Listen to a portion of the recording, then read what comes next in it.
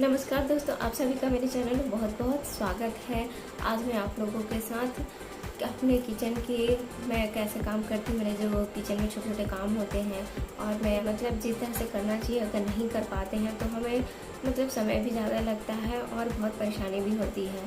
तो हमें अपने घर में जैसे हम किस तरह से अपने काम को करें ताकि हमारे समय की भी बर्बादी ना हो और हमारा काम भी बहुत ही आसानी से हो जाए, तो मैं आप लोग के साथ शेयर करती हूँ।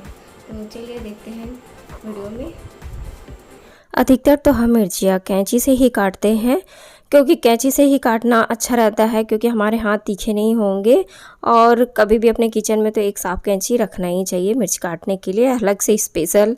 लेकिन कभी कल क्या होता है ना, कभी हमारी कैंची इधर उधर रख जाती है, चाहे मिलती नहीं है, तो हमें मजबूरन चाकू से छुरी से काटना ही पड़ता है। तो हम तो मिर्च काट लेते हैं, लेकिन किचन में कई बार हम काम करते करते हड़बड़ी में रहते हैं तो भूल जाते हैं कि हमने मिर्च काटा है। और वैसे ही कभी अपने चेहरे को छू लेते हैं तो जलन होने लगता है। तो हमें तो इस बात का ध्यान रखना चाहिए कि जब भी हम मिर्च काटें तो हमें सबसे पहला काम, कभी भी हमें अपने हाथों पे मिर्च काटने के बाद तुरंत बाद हमें सरसों का तेल लगा लेना चाहिए। सरसों का तेल लगा लेने से हमारे हाथों में जलन नहीं होगा और फिर हम कभी भी हाथ को धुल सकते हैं, उससे कोई प्रॉब्लम नहीं होगा और हमारी हाथ जलन नहीं करेगी। सरसों के तेल को अच्छे से अपने हाथों पे लगा के फ्री हो जाइए, फिर आप अपने किचन में काम करते रहिए और फिर बाद में कभी भी हाथ धो लीजिए। फिर उसके बाद कभी कल हम ना क्या करते हैं, हमें किचन में तो प्याज की ज़रूरत पड़ती ही है, कभी सब्ज़ी बनाने के लिए तो कभी सलाद बनाने के लिए, और हम प्याज को कट करते हैं। तो प्याज तो कट कर लेते हैं, लेकिन कहीं बाहर जाना होता है तो हम हाथ धुलते भी हैं ना, तो इसकी जो स्मेल होती है वो जाती नहीं है जल्दी। आप कितना भी हाथ धो लीजिए लेकिन जल्दी इसकी स्मेल नहीं जाती है। और किचन में तो काम होता ही है कि हम प्याज काटेंगे ही, तो हमें क्या करना चाहिए, एक आलू लेना चाहिए और उसे बीच से कट करके और उसे अपने हाथों पे लगा लीजिए। फिर आपके जो स्मेल रहेंगे प्याज के बिल्कुल भी ख़त्म हो जाएंगे, एकदम लगेगा ही नहीं कि आप प्याज काटे हों।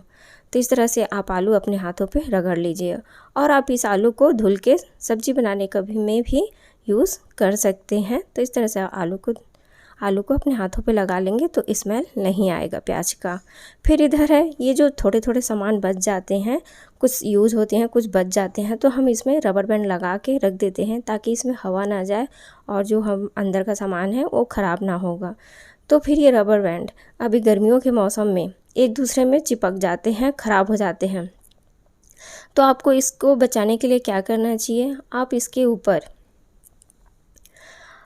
ऊपर ये जो हम घर में नॉर्मली पाउडर यूज़ करते हैं उसे आप इसके ऊपर डाल दीजिए और अच्छे से मिला के इसे डब्बे में डाल के, एयरटाइट डिब्बे में डाल के रख दीजिए।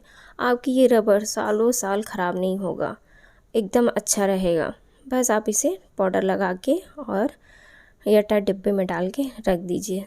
तो ये रबर बैंड हमारे बहुत ही काम की चीज़ है, क्योंकि जो जो हमारे छोटे छोटे सामान बचते हैं उसको कवर करने के लिए बहुत ही ज़रूरी होती है रबर बैंड की।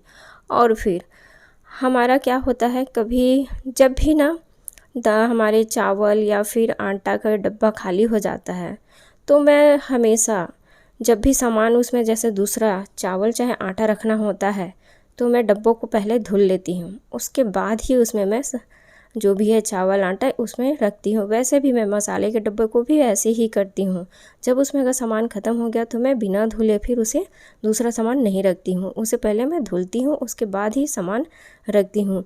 तो ये बहुत ज़रूरी है, क्योंकि आप ऐसे ही बिना डब्बा धुले और सामान रखते जाएंगे तो इसमें छोटे छोटे कीड़े आ जाते हैं, तो वो बहुत ही गंदे लगते हैं। तो ये बहुत ज़रूरी है सफाई का। फिर हम क्या करते हैं, कभी हम आटा गूंथते हैं, तो कभी भी आटा गूंदने से पहले तो बर्तन के नीचे आप एक कपड़ा रख लीजिएगा। और ये बिगिनर्स के लिए बहुत ही हेल्पफुल है, क्योंकि वो सबसे ज़्यादा बिगिनर्स को रोटियां बनाने में बहुत ही प्रॉब्लम होती है। तो हमें आटा कभी भी गूंदें तो आप इसमें थोड़ा थोड़ा पानी डाल के आटा को गूंदें, आप एक साथ ढेर सारा पानी नहीं डालें। हम हाउस वाइफ हैं, उनको तो पता ही रहता है कि आटा कैसे गूंद लेते हैं, किस तरह से हम रोटियां बना लेंगे, लेकिन बिगिनर्स को बहुत ही प्रॉब्लम होता है। तो आटा भी कभी भी आप ना ज़्यादा नरम और ना ही ज़्यादा हार्ड सानिए गूंदिए, हमको आटा मीडियम रहना चाहिए। और फिर आटा को गूंदने के बाद 10 मिनट आप छोड़ दीजिए। फिर देखिए रोटियां फूलने का कमाल, देखिए कितनी रोटियां इतना बढ़िया फूल रही है, एकदम सॉफ्ट और नरम। और फिर दूसरी बात एक और होती है, अधिकतर बिगिनर्स लोग को रोटियां गोल नहीं होती हैं, उनकी रोटियां आड़ी तिरछी हो जाती है। तो आप इस तरह से आप रोटी को बेल लीजिए और उसके ऊपर एक प्लेट रख के रोटियों को काट लीजिए। फिर देखिए आपकी रोटियां बढ़िया से एकदम गोल गोल बन जाएगी। तो अच्छा ट्रिक है ना ये। तो देखिए इस तरह से आप ऐसे बना सकते हैं।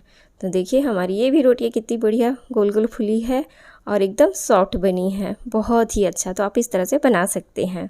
फिर इधर हमारे किचन में हम इतना सफाई करते हैं, सबको सिंक धुलते हैं, किचन की साफ़ सफाई करते हैं, इसके बावजूद भी हमारे किचन में कॉकरोच कीड़े आ जाते हैं। फिर कहाँ से आ जाते हैं, जब हम इतना किचन की सफाई करते हैं, सब करते हैं। तो आपको क्या करना है, जैसे हम ये बर्तन को धुलते हैं, तो बर्तन धुलने के बाद आपको क्या करना है कि जब आप बर्तन धो लें रात के समय, तो फिर आप अपने सिंक को, अधिकतर रात के समय ये काम करें आप, तो आप अपने सिंक को भी अच्छे से धुल लीजिए, साफ़ सफाई कर लीजिए। फिर भी जो इसके अंदर का जो सिंक का छेद है, उसके अंदर कई बार खाने के जूठे फंसे रहते हैं, मतलब हमेशा फंसे ही रहते हैं। तो आपको इसे क्या करना है, यहीं से जो कीड़े कॉकरोच आते हैं यहीं से आते हैं। तो आपको इसमें रात के समय गर्म पानी डाल देना है। ये गर्म पानी बहुत ही काम आता है हमारे।